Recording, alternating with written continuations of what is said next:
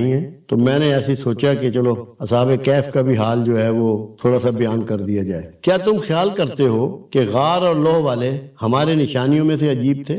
اس کا سٹارٹ ہی ہے کہ وہ عجیب تھے، تو خیال تو لوگ کرتے ہیں کہ عجیب تھے، کیونکہ جو کچھ ان سے منسوب باتیں ہیں تو وہ عجائبات سے ہی ہیں۔ جب وہ جوان غار میں جانے لگے تو کہنے لگے کہ ہمارے پروردگار ہم پر اپنے ہاں سے رحمت نازل فرما اور ہمارے کام میں درستگی کے سامان مہیا فرما۔ گئے کیوں تھے وہ لوگ نوجوان غار میں؟ کیوں گئے؟ کیونکہ جس بستی میں وہ رہتے تھے وہاں بہت کفر پھیلا ہوا تھا، ظلم تھا، لوگوں کو زبردستی ایمان سے روکا جاتا تھا۔ وہ لوگ اپنا ایمان بچانے کے لیے شہر چھوڑ کے تو غار میں پناہ لی تھی انہوں نے۔ اب یہاں یہ بتایا جا رہا ہے کہ جہاں ایسی صورتحال پیدا ہو جائے وہاں تم بستیاں چھوڑ کے اپنی جان بچانے کے لیے نکل سکتے ہو، اپنا ایمان بچانے کے لیے۔ اور اصحاب رسول نے اور خود رسالت مآب صلی اللہ علیہ وسلم نے مکہ سے مدینہ کو ہجرت کی، حبشہ کو ہجرت کی تاکہ دین محفوظ رہے۔ دباؤ جو ہے انسان پر، شدت، سختی، کمزوریاں بھی ایمان میں واقع ہو سکتی ہیں۔ خود اللہ کے رسول صلی اللہ علیہ وسلم نے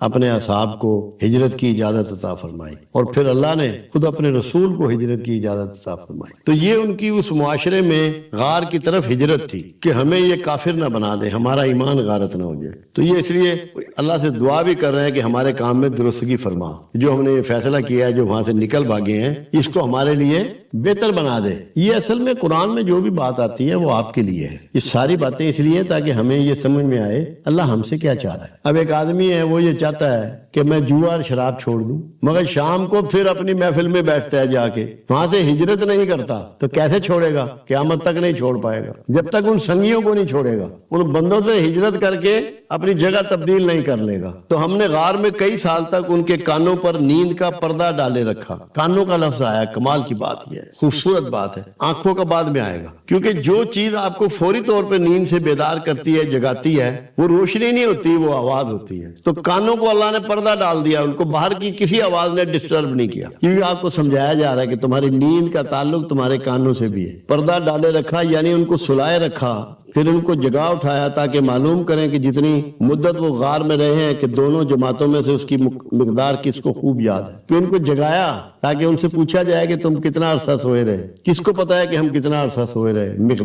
مقدار قدر کہتے ہیں اندازے کو، کہ اس کا اندازہ کر سکیں کہ یہ کتنا سوئے رہے۔ مقدار ہم ان کے حالات تم سے صحیح بیان کرتے ہیں۔ اب اللہ کہہ رہا ہے کہ صحیح بیان کرتے ہیں، کہ اس میں تم کسی شک میں نہ پڑ جانا، کیونکہ بہت سے مفروضے ان کے بارے میں تھے، وہ بھی آگے آئے گا۔ وہ کئی جوان تھے جو اپنے پروردگار پر ایمان لائے تھے، اور ہم نے ان کو اور زیادہ ہدایت دی تھی اور ان کے دلوں کو اور زیادہ مضبوط کر دیا تھا۔ اگر ان کے دل مضبوط نہ ہوتے تو وہ یہ تنہائی اختیار نہ کرتے، بھوک برداشت نہ کرتے، اپنا گھر بار چھوڑ کر، معاشرہ چھوڑ کر، بہن بھائیوں کو، رشتہ داروں کو چھوڑ کے نہ آتے۔ اس کے لیے بڑی مضبوطی چاہیے، اتنے بڑے پروگرام کے لیے، یہ ارادہ کرنے کے لیے۔ جب وہ اٹھ کھڑے ہوئے تو کہنے لگے کہ ہمارا پروردگار آسمانوں اور زمین کا مالک ہے، اس کے سوا کسی کو معبود سمجھ کر نہ پکاریں گے۔ تو اس وقت اگر ایسا کیا تو ہم نے بعید عقل بات کی۔ وہی بات ہے کہ پکارنا صرف رب العزت کو ہے اور کسی کو نہیں پکارنا۔ جو کسی اور کو پکارے گا تو اس نے بے عقلی کی بات کی، بعید عقل،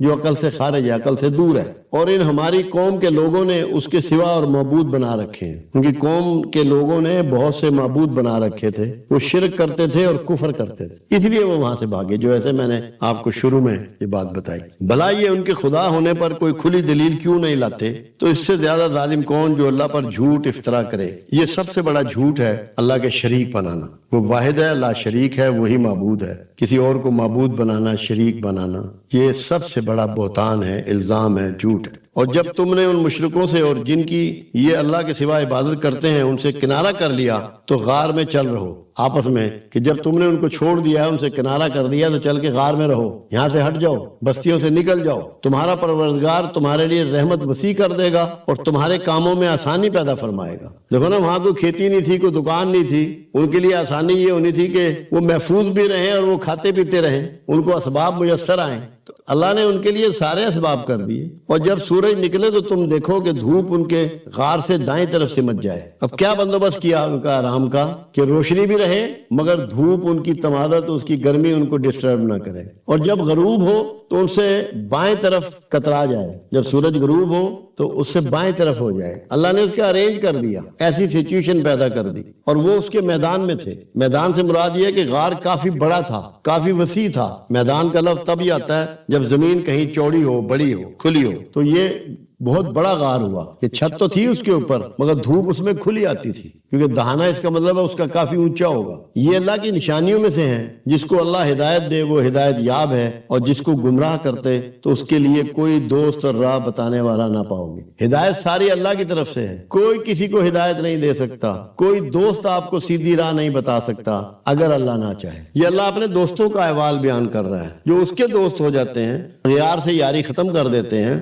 ان کی تحفظ بھی کرتا ہے, ان کے اسباب بھی پیدا کرتا ہے, ان کی عزت کا بھی خیال رکھتا ہے, ان کی زندگیوں کا بھی خیال رکھتا ہے. دوستی نبھاتا ہے رب العزت. یہ بتایا جا رہا ہے کہ اللہ دوستی نبھا رہا ہے, کہ اس کے دوست ہیں, اور تم ان کو خیال کرو کہ جاگ رہے ہیں حالانکہ وہ سوتے ہیں, اور ہم ان کو دائیں اور بائیں کروٹ دلواتے تھے. اب آپ دیکھیں کہ جو انہوں نے کھانا کھایا, جو ان کے جسم میں خون تھا, ان کو اللہ نے نیند طاری کر دی. 300 سال کی نیند طاری کر. ان کے لیے نہ وہ اٹھیں گے, نہ رفع حاجت ہوگی, نہ کھائیں پیئیں گے, جو چاہے وہ کرے. یہ اس میں ایک بات اور بھی سمجھائی جا رہی ہے کہ جب ان لوگوں پہ موت طاری نہیں ہوئی اور یہ کھیل ان کے ساتھ ہو رہا ہے, یہ اعزاز ان کو مل رہا ہے, تو شہیدوں کی بات بھی آپ کو سمجھائی جا رہی ہے کہ اللہ کہتا ہے کہ جو میری راہ میں مارے جائیں انہیں مردہ نہ کہو, وہ شہید ہیں, انہیں ان کا رزق پہنچتا ہے. ان کا رزق بھی انہیں پہنچ رہا ہے جو 300 سال یہ زندہ رہے, تاکہ آپ کو یہ پتا ہو کہ شہیدوں کو بھی رزق پہنچتا ہے. اور شہید کون ہے؟ جو اللہ کی گواہی دے. انہوں نے ہجرت کر کے اللہ کی گواہی دی, معاشرے سے نکل کے اللہ کی حقانیت کی گواہی دی, اس کے معبود برحق ہونے کی گواہی دی. شہید بھی گواہی دینے والا ہوتا. اور ان کا کتا چوکھٹ پر دونوں ہاتھ پھیلائے ہوئے تھا. اگر تم ان کو جھانک کر دیکھتے تو پیٹ پھینک کر بھاگ جاتے اور ان سے دہشت میں آ جاتے. اگر ان لوگوں کو دیکھتے کہ کتا بھی بیٹھا ہوا ہے, وہ بھی سویا ہوا ہے, اور وہ لیٹے ہوئے ہیں, کروٹیں لے رہے ہیں, تو بندے گھبرا جاتے کہ یہ کیسے لوگ ہیں, یہ کیا کر رہے ہیں, کب سے اس طرح ہیں. لباس ان کے جو تھے وہ بدل چکے ہیں, زمانے کے لباس بدل گئے. 300 سال میں تو فیشن دنیا کا کتنا تبدیل ہو جاتا ہے. خوف زدہ ہونے والی بات ہے, دہشت میں آنے والی بات. اور اسی طرح ہم نے ان کو اٹھایا تاکہ آپس میں ایک دوسرے سے دریافت کریں. جگا دیا. ایک کہنے والے نے کہا کہ تم یہاں کتنی مدت رہے؟ انہوں نے کہا کہ 1 دن یا اس سے بھی کم. جب قیامت میں آپ سب اٹھیں گے تو سب یہی کہیں گے کہ ہم 1 دن دنیا میں رہے ہیں, بلکہ اس سے بھی کم, کیونکہ جو اللہ کا 1 دن ہے وہ 1000 سال کا ہے. اگر آپ 1000 سال کی بھی عمر پائیں گے تب بھی آپ 1 دن ہی کہیں گے. تو بندوں کی عمر تو 100 سال ہے, 110 سال ہو جائے گی. آپ سب نے یہی کہنا ہے کہ ہم 1 دن رہے ہیں, اب ہم جاگے ہیں, 1 دن ہم سوئے رہے ہیں. آپ کو دنیا کا کچھ بھی یاد نہیں ہوگا. یہ تو جب پوچھا جائے گا, سمجھ لوٹائی جائے گی, تو تب پتہ لگے گا کہ میں کیا کیا تیر مارتا رہا ہوں, کیسے وقت گزارتا رہا, کیا کیا حرکتیں کرتا رہا. کہیں گے 1 دن یا اس سے بھی کم. انہوں نے کہا کہ جتنی مدت بھی تم رہے ہو تمہارا پروردگار اس کو خوب جانتا ہے. یہ اللہ بھید جانتا ہے کہ تم کتنا عرصہ رہے ہو, تم نہیں جانتے. تو اپنے میں سے کسی کو یہ روپیہ دے کر شہر بھیجو کہ وہ دیکھے کہ نفیس کھانا کون سا ہے, تو اس میں سے کھانا لے آئے اور آہستہ آہستہ جائے اور تمہارا حال کسی کو نہ بتلائے. کیوں بھیجا جا رہا ہے کرنسی دے کے؟ تاکہ یہ پتہ لگے کہ کتنی اولڈ کرنسی ہے, زمانہ کتنا بیت گیا ہے, زمانے کے حالات کتنے تبدیل ہو چکے ہیں, حکومتیں کتنی تبدیل ہو چکی ہیں, لوگوں کے رویے کتنے بدل چکے ہیں, فیشن کتنا بدل چکا ہے, کمیونیکیشن کے مین کتنے بدل چکے ہیں, تاکہ پتہ لگے گا بازار جانے سے. کیونکہ کرنسی جو ہے ہر کچھ عرصے بعد دنیا میں تبدیل ہوتی رہتی ہے. یہ بھی اللہ اس میں آپ کو سمجھا رہا ہے کہ کرنسی بدلتی رہتی ہے, پیمانے تبدیل ہوتے رہتے ہیں لین دین کے. یہ بھی سمجھایا جا رہا ہے, یہ بھی گائیڈ کیا جا رہا ہے. اگر وہ تم پر دسترس پا لیں گے تو تمہیں سنسار کر دیں گے, یا پھر اپنے مذہب میں داخل کر لیں گے, اور اس وقت تم کچھ بھی فلا نہ پاؤ گے. کہ اس طرح جانا ہے کہ پکڑے نہ جاؤ. اگر تمہیں پکڑ لیں گے, کیونکہ وہ تو اس کا مطلب ہے مشرک ہیں, سارے بت پرست ہیں, تو تمہیں سنسار کر دیں گے, مار دیں گے کہ تم کہاں سے آ گئے, تم کون ہو. پرانا ریکارڈ تو اویلیبل ہوگا کہ یہ نکل کے یہاں سے بھاگے تھے. اور اس طرح ہم نے لوگوں کو ان کے حال سے خبردار کر دیا تاکہ وہ جانے کہ خدا کا وعدہ سچا ہے. لوگوں کو آگاہ کر دیا کہ یہ اصحاب کہف ہیں, یہ میرے پیارے ہیں, یہ میری خاطر معاشرہ چھوڑ آئے ہیں, رشتہ داریاں چھوڑ آئے ہیں, آسائشیں چھوڑ آئے ہیں. اور یہ کہ قیامت جس کا وعدہ کیا جاتا ہے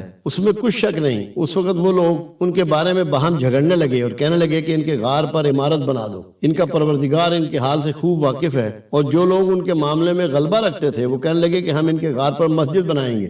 2 گروہ وہاں پیدا ہو گئے. اس کا مطلب ہے کہ کچھ لوگ اسلام پہ ایمان لا چکے تھے, کچھ لوگ عمارت بنانے کی بات کر رہے تھے, اور کچھ لوگ اس پر مسجد بنانے کی بات کر، وہ یہ سمجھتے تھے یہ اللہ والے ہیں، یہ اللہ کے ولی ہیں، اور یہی رواج آج تک چلا آ رہا ہے۔ جہاں اللہ کے ولی ہوتے ہیں وہ مسجد ہوتی ہے، جو ولی گزر گئے ہیں ان کے قبروں کے پاس بھی مسجد ہے۔ یہ نشانی ہے اس بات کی جب کسی ایسی جگہ پہ مسجدیں تعمیر کر دی جائیں کہ یہ بندے یقیناً اللہ والے ہیں، اللہ لوگوں کو ایسی ہدایت دیتا ہے کہ وہ وہاں مسجدیں تعمیر کر دیتے۔ یہ علامت ہوتی ہے اللہ کے دوستوں کی، اور غلبہ انہی کا تھا کہ جنہوں نے وہاں مسجد بنا دی، اور جو وہاں عمارت بنانا چاہتے تھے وہ مغلوب ہو گئے۔ اب دیکھو نا، ایک اور بات آگے آ رہی ہے، بڑی کمال کی باتیں ہیں، بڑی حکمت کی باتیں ہیں۔ بعض لوگ اٹکل پچو سے کہیں گے کہ وہ 3 تھے اور چوتھا ان کا کتا تھا، وہ 3 تھے اور چوتھا ان کا کتا تھا، اور بعض کہیں گے کہ وہ 5 تھے اور چھٹا ان کا کتا تھا، اور بعض کہیں گے کہ وہ 7 تھے اور 8واں ان کا کتا تھا۔ کہہ دو کہ میرا پروردگار ہی ان کی تعداد سے خوب واقف۔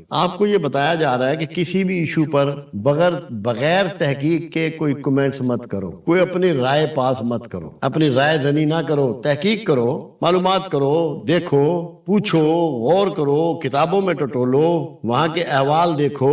ایسے اٹکل پچو مت لگاؤ۔ اٹکل پچو کہا ہے قرآن نے اس لفظ کو۔ کہہ دو کہ میرا پروردگار ہی ان کی تعداد سے خوب واقف ہے۔ ان کو جانتے بھی ہیں تو تھوڑے ہی لوگ جانتے ہیں، تم ان کے معاملوں میں گفتگو نہ کرنا، گفتگو سے روکا کہ تمہیں اللہ کے بھید نہیں پتا، کوئی گستاخی نہ کر بیٹھو، کوئی غلطی نہ کر بیٹھو، کوئی کوتاہی کے ارتکاب نہ کر بیٹھو، مگر سرسری سی گفتگو، اور ان کے بارے میں ان میں سے کسی سے کوئی دریافت نہ کرنا، کسی سے کچھ نہیں پوچھنا ان کے بارے میں، کیونکہ یہ اللہ کے کوڈ ہیں، بھید ہیں۔ اللہ نہیں چاہتا کہ اس کے بھیدوں سے پردہ اٹھایا جائے جب تک کہ وہ اجازت نہ دے، اور کسی کام کی نسبت نہ کہنا کہ میں اسے کل کر دوں گا مگر انشاءاللہ کہہ کر۔ یہ ٹیچ کیا جا رہا ہے ساتھ ہی کہ تم جو کہتے ہو میں کل یہ کام کروں گا، جبکہ تمہیں نہیں معلوم کہ تم کل ہوگے یا نہیں ہوگے، جس کا کام ہے وہ ہوگا کہ نہیں ہوگا، یہ شہر ہوگا کہ نہیں ہوگا، یہ ملک ہوگا کہ نہیں ہوگا۔ ایک لمحوں میں اللہ ملیا میٹ کر سکتا ہے سب کچھ۔ اس لیے جب کہنا ہے یہ کہنا ہے کہ انشاءاللہ، اور اگر چاہو تو کر دوں گا، اللہ چاہے تو کر دوں گا، اور اللہ کا نام لینا بھول جاؤ تو یاد آنے پر لے لو، یاد آنے پہ دوبارہ انشاءاللہ کہہ لو۔ پہلے اگر بھول گئے ہو اور نہیں کہہ پائے تو یاد آنے پہ اس کا نام لے لو، اور کہہ دو کہ میرا پروردگار مجھے اس سے بھی زیادہ ہدایت کی باتیں بتائے۔ اور اصحاب کہف اپنے غار میں 309 سال رہے، 309 سال، اس میں لفظ جو آتا ہے وہ آتا ہے 300 اوپر 9، تو 309 سال بنے۔ کتنا عرصہ ہے، کتنی نسلیں گزر گئی؟ 25 سال کی ایک نسل ہوتی ہے، 13 نسلیں گزر گئی، 13، کتنا عرصہ رہے؟ نہ ان کی جسم گلے، نہ سڑے، نہ کسی جانور نے انہیں کھایا۔ غاروں میں تو ہر چیز ہوتی ہے۔ وہ یہ بتانا چاہ رہا ہے، کہہ دو کہ جتنی مدت وہ رہے اسے اللہ ہی خوب جانتا ہے، اسی کو آسمان اور زمین کی پوشیدہ باتیں معلوم ہیں، وہ کیا خوب دیکھنے والا اور کیا خوب سننے والا ہے، اس کے سوا ان کا کوئی کارساز نہیں، اور نہ وہ اپنے حکم میں کسی کو شریک کرتا ہے۔ آیت نمبر 9 سے 26 تک یہ ان کا احوال ہے۔ اصل میں یہ سب تمثیلی انداز ہے اللہ کا، یہ مثالیں ہیں۔ یہ بتایا جا رہا ہے کہ میرے جو مخلصین بندے ہیں، میرے جو خاص بندے ہیں، جن کو اپنے پاس سے علم عطا فرماتا ہوں، علم لدنی دیتا ہوں، ان کے کمالات اور خوبیاں کیا ہوتی ہیں، ان کے ملنے کا مقام کیا ہوتا ہے، زندگی میں ان کا رویہ کیا ہوتا ہے۔ اصحاب کہف بڑی خاص سورہ ہے۔ اب اس میں بھی ایک پہلو ہے کہ کتے کو کیوں پٹ کر دیا بیچ میں؟ کتا تو نجس جانور ہے، اصحاب کہف کے ساتھ کتا بھی شامل ہے۔ یہ سارے جنتی ہیں تو وہ کتا بھی جنت میں جائے گا۔ تو بتایا جا رہا ہے کہ اگر کوئی نجس بھی میرے خاص بندے، میرے دوست، میرے ولیوں کی وفاداری کرے گا تو اسے بھی بخش دوں گا۔ موسیٰ علیہ السلام سمندر کے ساتھ ساتھ سفر فرما رہے ہیں، ہواری ساتھ ہے، اللہ کے کسی خاص بندے سے ملاقات کا اذن ہے، تو اپنے ہواری سے کہتے ہیں یا خادم سے کہتے ہیں یا مرید سے کہتے ہیں کہ میرا کھانا نکالو، تو بھنی ہوئی مچھلی ٹوکری میں تھی۔ انہوں نے کہا اللہ کے نبی مجھے یاد نہیں رہا، راستے میں ایک جگہ مچھلی ٹوکری میں سے کود کر سرنگ بناتی ہوئی سمندر میں چلی گئی، سرنگ بناتی ہوئی سمندر میں چلی گئی۔ اس نے کہا وہی جگہ تھی جہاں اس اللہ کے خاص بندے نے ہمیں ملنا تھا، اس کی ملاقات وہیں تھی۔ آؤ پلٹیں، قرآن کے مطابق اپنے پیروں کے نشان پر وہاں تک آئے جہاں وہ راستہ بناتی ہوئی، ایسے راستہ نظر آ رہا تھا، بناتی ہوئی سمندر میں چلی گئی، بھنی ہوئی مچھلی جو ان کے کھانے کے لیے انہوں نے اس میں تل کے رکھی تھی، کچی مچھلی نہیں کھانی تھی انہوں نے۔ اب خاص بندہ ملنے کی جگہ کون سی ہوئی؟ اب یہ کوڈ میں قرآن سمجھا رہا ہے، جو اللہ کا خاص بندہ ہے، جو انعام یافتہ بندہ ہے، جو اللہ کا مخلص بندہ ہے، اس کے ملنے کی جگہ کہاں ہوئی؟ جہاں خرق عادت ہو رہا ہے، خرق عادت ہو رہا ہے، ایسا عجوبہ ہو رہا ہے جو روٹین میں نہیں ہو سکتا، کہ بھنی ہوئی مچھلی راستہ بناتی ہوئی سمندر میں چلی جائے. روٹین کا نہیں ہو رہا, عام بات نہیں ہے, غیر معمولی بات ہے, مافوق الفطرت بات ہے. تو کہاں ملے گا وہ خاص بندہ؟ آج بھی جہاں روٹین نہیں ہے, خرق عادت ہو رہا ہے, ایسا عمل ہو رہا ہے جو آپ دیکھتے ہیں, آپ کہتے ہیں یار یہ کیسے ممکن ہے, یہ کیسے ہو رہا ہے. جہاں آپ چونک جائیں, آپ سمجھیں یار یہ تو کوئی معجزاتی کام ہے, یہ تو غیر معمولی کام ہے. وہ جو غیر معمولی کام جہاں ہو رہا ہے آج بھی وہیں ملے گا درویش, وہیں ملے گا اللہ والا, وہیں ملے گا اللہ کا خاص بندہ. یہ بتا دی گئی جگہ آپ کو تاکہ آپ دھوکہ نہ کھائیں. جب کسی اللہ والے کی جستجو میں نکلے, کسی خاص بندے کی تلاش آپ کو ہو, تو یہ آپ سمجھ لے گا ملے گا وہاں جہاں خرق عادت ہو رہا ہے. یہ اللہ نے اس کی نشاندہی فرما دی ایک بڑے انداز سے, بڑے ڈھنگ سے. پھر دوسری بات, اس کے لیے یہ بھی بتا دیا کہ اسے مستقبل کی خبر ہوتی ہے. قرآن بتا رہا ہے نا کہ خضر علیہ السلام نے کشتی میں سوراخ کر دیا, ایک غریب آدمی کی تھی. تو موسیٰ علیہ السلام نے کہا کہ یار تم نے اس میں کیوں سوراخ کر دیا, یہ غریب آدمی کشتی تم نے داغدار کر دی. انہوں نے کہا آگے ایک بادشاہ ہے جو اچھی کشتیاں ضبط کر لیتا ہے, اس لیے داغدار کیا ہے کہ یہ اپنی مزدوری کرتا رہے, اس کی کشتی بچ جائے. بادشاہ کا رویہ غائبانہ پتہ, آنے والے زمانے کی خبر, اس کے مطابق ایکٹ, عمل بھی اس کے مطابق. تین باتیں ایک ہی اس میں ہو گئی. اور کشتی والے سے کوئی معاوضہ نہیں لیا, اس کو جو کرایہ دینا تھا وہ دیا. اس نیکی کا معاوضہ کشتی والے سے نہیں لیا, جو کرایہ اس کو دینا تھا دے دیا. اب یہ سارا مستقبل کی کہانی ہے. آگے جاتے ہیں, ایک بستی میں کھانا مانگا, انہوں نے کھانا نہیں دیا, مگر وہاں ایک دیوار تھی جو بڑی بوسیدہ تھی اور گرنے والی تھی, اس کو سیدھا کر دیا, مزدوری کی. موسیٰ علیہ السلام نے کہا یار انہوں نے ہمیں کھانا بھی نہیں دیا اور تم ان کی دیوار سیدھی کر رہے ہو. انہوں نے کہا موسیٰ یہ 2 غریب بچوں کی ملکیت ہے, اس کے نیچے ان کے باپ نے ان کے لیے جو پیسہ چھوڑا ہے وہ دفن ہے, اس کی حفاظت کے لیے یہ سیدھی کر رہا ہوں کہ جب یہ اپنی جوانی کو پہنچیں گے تو اپنے پیسے, اپنا سرمایہ نکال لیں گے. انہوں نے کہا تو انہی کی کیوں؟ کہ اس لیے کہ ان کا باپ نیکوں میں تھا, ان کا باپ نیکوں میں تھا. اب یہاں آپ کو بتایا جا رہا ہے کہ جن کا باپ نیکوں میں سے تھا اللہ اس کی اولاد کی حفاظت فرماتا ہے. اگر آپ اپنی اولاد کو محفوظ بنانا چاہتے ہیں تو نیکیاں شروع کر دیں.